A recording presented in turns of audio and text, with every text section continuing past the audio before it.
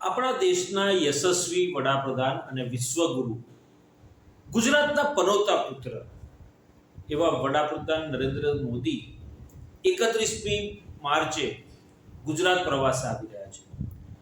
ગુજરાત પ્રવાસે આવી રહ્યા છે તેને લઈને રાજ્યના વહીવટીતંત્ર અને સરકારે તડામાર તૈયારીઓ શરૂ કરી છે. વડાપ્રધાન નરેન્દ્ર મોદી 31મી માર્ચે અમદાવાદ જિલ્લાના સાણંદમાં કેન્સ ટેકનોલોજીમાં સેમિકન્ડક્ટરના પ્લાન્ટના ઇનોગ્રેશન માટે આવી રહ્યા છે. સાથે સાથે વાવ થરાદમાં પણ એમના કાર્યક્રમો છે, લોકાર્પણ છે, કરોડો રૂપિયાના વિકાસ કાર્યોના લોકાર્પણ કરવાના છે. અને સાથે સાથે અમદાવાદ અને ગાંધીનગરમાં ઘણા વિકાસના કાર્યોની પણ એ લોકાર્પણ અને ઉદ્ઘાટન કરવાના છે.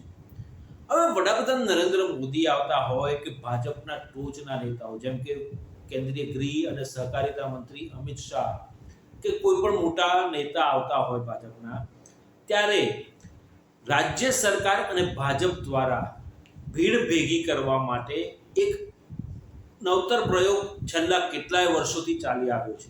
2014માં વડાપ્રધાન નરેન્દ્ર મોદી એ કાર્યભાર સંભાળ્યો ત્યારથી લઈને જેટલી વખત ગુજરાત આવ્યા છે, ગુજરાતના કોઈ પણ ખૂણે આવ્યા હોય ત્યાં આગળ તેમના કાર્યક્રમોમાં ભીડ ભેગી કરવા માટે જે પ્રયોગ કરવામાં આવી રહ્યા છે તે ખરેખર દુઃખદ અને આંચકાજનક છે. વડાપ્રધાન નરેન્દ્ર મોદી 31મી માર્ચે ગુજરાત આવી રહ્યા છે, અમદાવાદ આવી રહ્યા છે. ત્યારે અમદાવાદ જિલ્લાના સાણંદમાં કેન્સ ટેકનોલોજીના સેમિકન્ડક્ટરના કાર્યક્રમમાં ઉપસ્થિત રહેવાના છે. ત્યારે કેન્સ ટેકનોલોજીએ એક પરિપત્ર બહાર પાડ્યો અને અમદાવાદ જિલ્લામાં આવેલી સરકારી એન્જિનિયરિંગ કોલેજ અને પોલિટેકનિક કોલેજના આચાર્યને સંબોધીને લખ્યો છે. શું લખ્યું છે સાંભળો.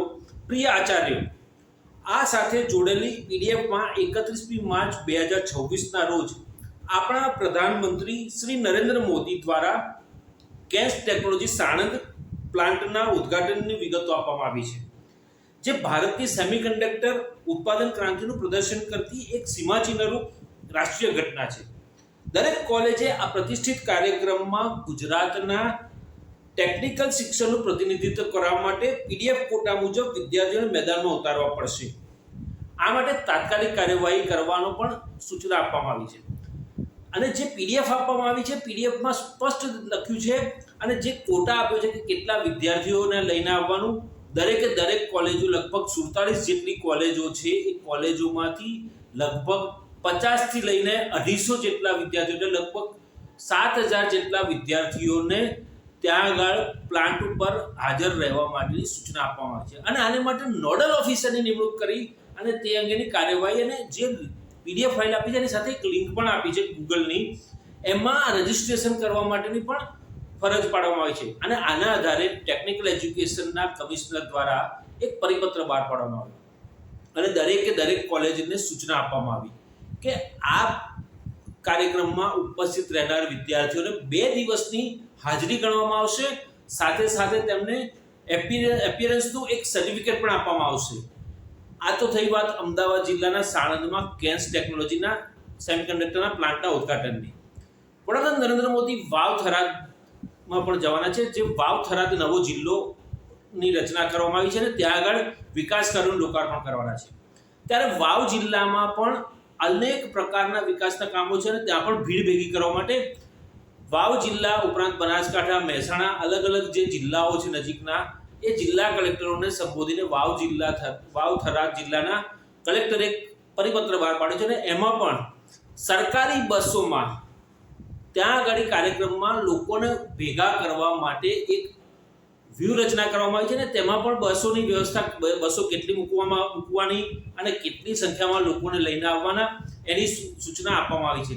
તો આ પ્રકારના જે કાર્યક્રમો કરવામાં આવે છે, વડાપ્રધાન નરેન્દ્ર મોદી આવે કે ભાજપના કોઈ પણ મોટા નેતા આવે, ચલો સ્વાભાવિક છે કે આવે એટલે બધા ભેગા થાય, પરંતુ આ રીતે જબરદસ્તીથી ભેગા કરવા, ભીડ ભેગી કરવી અને લોકોને ભેગા કરી અને એવો દેખાડો કરવો કે આ પ્રકારનું જે વાતાવરણ છે અથવા તો ભીડ છે અને પ્રધાનમંત્રી નરેન્દ્ર મોદી અથવા તો ભાજપની ફેવરમાં લોકોનો જુવાળ છે એવું બતાવવાનું એ કેટલું યોગ્ય છે એ આપણે સૌએ વિચારવું પડશે.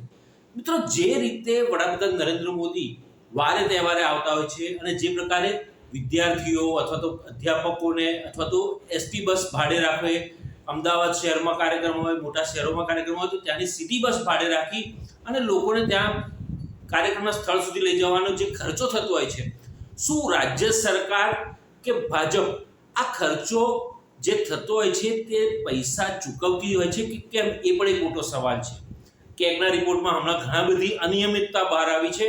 શું આવી નિયમિતતા જે છે એ કેગના રિપોર્ટમાં આવનારા સમયમાં જોવા મળશે કે પછી ભાજપની સરકાર જે છેલ્લા 30 વર્ષથી ગુજરાતમાં શાસન કરી રહી છે તેણે સમજવું પડશે કે આ રીતે ભીડ ભેગી કરી લોકોનો જુવાળ ભાજપ તરફી હોવાનો એક દેખાડો જે કરી રહ્યું છે એ દેખાડો બંધ કરવો જોઈએ અને આને માટે લોકોએ જાગૃત થવું પડશે.